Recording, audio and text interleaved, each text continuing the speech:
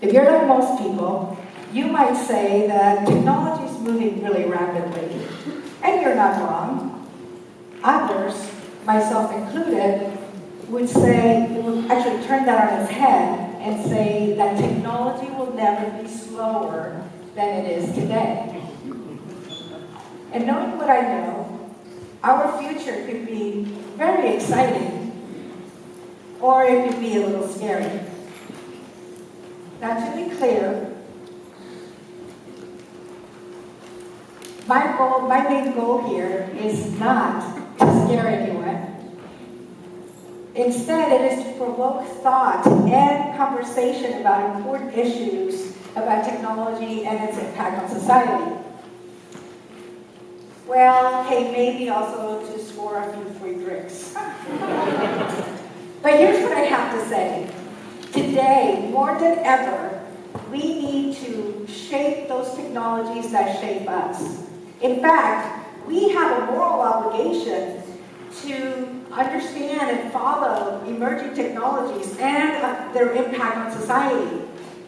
In short, we need to think before we tech.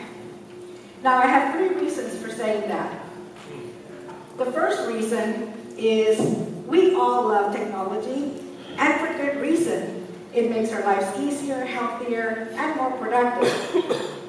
The second reason is, given the rate of technological advancement, we all now live and work in a time of unparalleled opportunities. But it comes at a price, and the price is unprecedented uncertainty, which means that the unprepared individual or business will be obsoleted before they even know what happened. The third reason is, well, I may know a thing or two about this since I've spent my entire professional career in tech, whether it was tracking, analyzing, road mapping, forecasting, launching dozens of products, promoting, researching, and consulting across various industries. And in fact, I spent more than 10 years on nanotechnologies alone and understand very well how those converge with other tech sectors. And I'm here today with new perspectives because of a few hard years more recently, but I will get into that. What I do want to share with you is that today we see the convergence of exponential technologies that are doubling and recombining. And it gives us things like the Internet of Things, artificial intelligence, robotics, VR, AR, mixed realities, synthetic biology, big data, and many others. And these are moving so fast that, in fact, we already have some technologies that, up to recently, were considered futuristic. I'll give you some examples. Thought control prosthetics, which are directly wired to the brain. Following soon will be spine control prosthetics that are wired to your spine, but that will allow that prosthetic to feel. We have flying cars. I bet you didn't know that. About 7 companies are building flying cars right now, and they are, there's at least about 2 or 3 of them that are already taking orders. They start at about $400K, going up to $1.6 million. Certainly not in my budget, but if it's in your budget, I want to talk to you later. We have drone bees and cyborg dragonflies as artificial pollinators to address the beer shortage. I mean the bee shortage. Please don't run. There's no beer shortage. In 3D printing, you can do everything from an acoustic guitar to artificial organs. And in the area of AI, this is where it's even more interesting because it's starting a new technological global race. You may recall some of the races in the past, like the space race of the 60s, the Human Genome Project of the 90s, and the nanotechnology race at the turn of the century. Well, because of the convergence of big data and processing power, we now have a new global technology race. It's called the race for intelligence.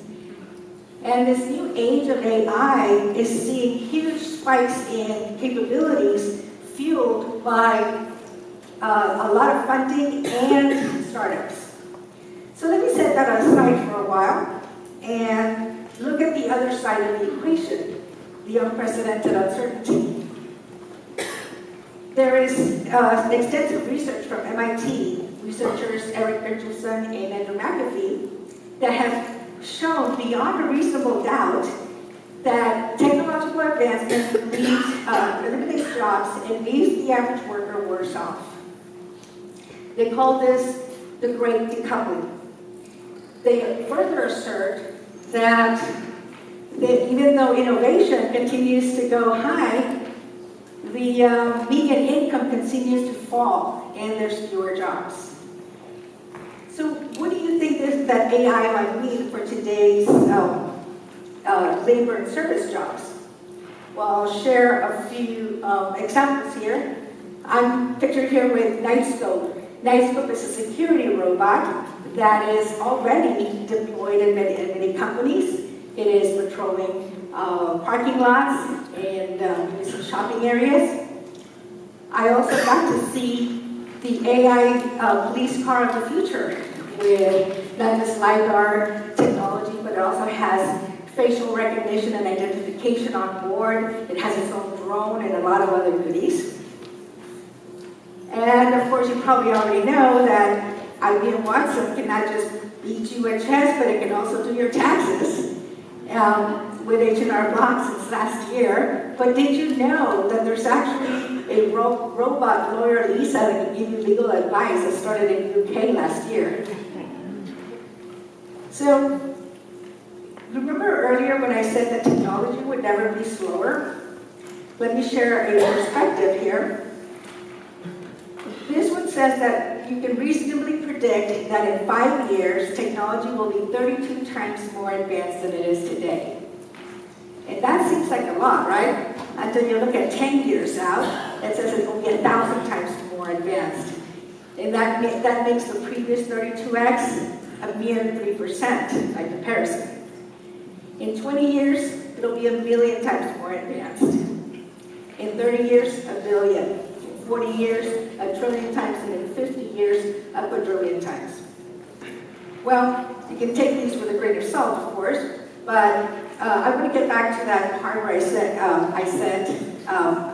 intended to say, that technology does shape us, but not always for the better. And my example of that is, let's say, the ubiquitous smartphone.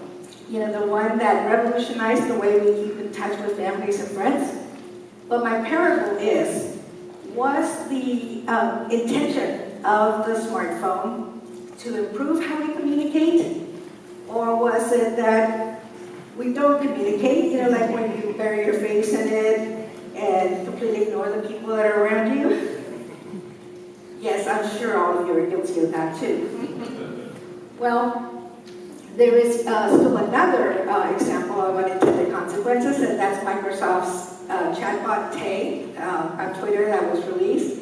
That went from being really nice, saying humans are super cool, all the way to spouting full-on Nazi hate slurs in less than 24 hours.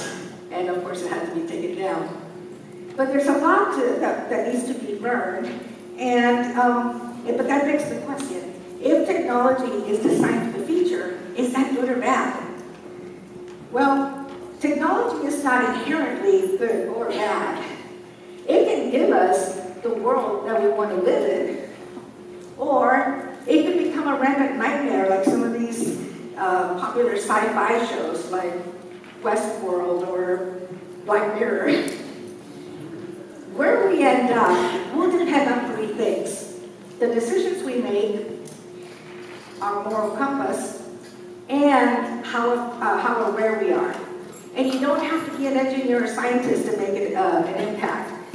You can, for example, support only companies that are transparent and socially conscious, and question those that are not. You could use exercise your voice with policymakers and demand that there be regulatory oversight. We all could resist our reptilian brains that drive us towards the immediate gratification at the expense of our long-term goals.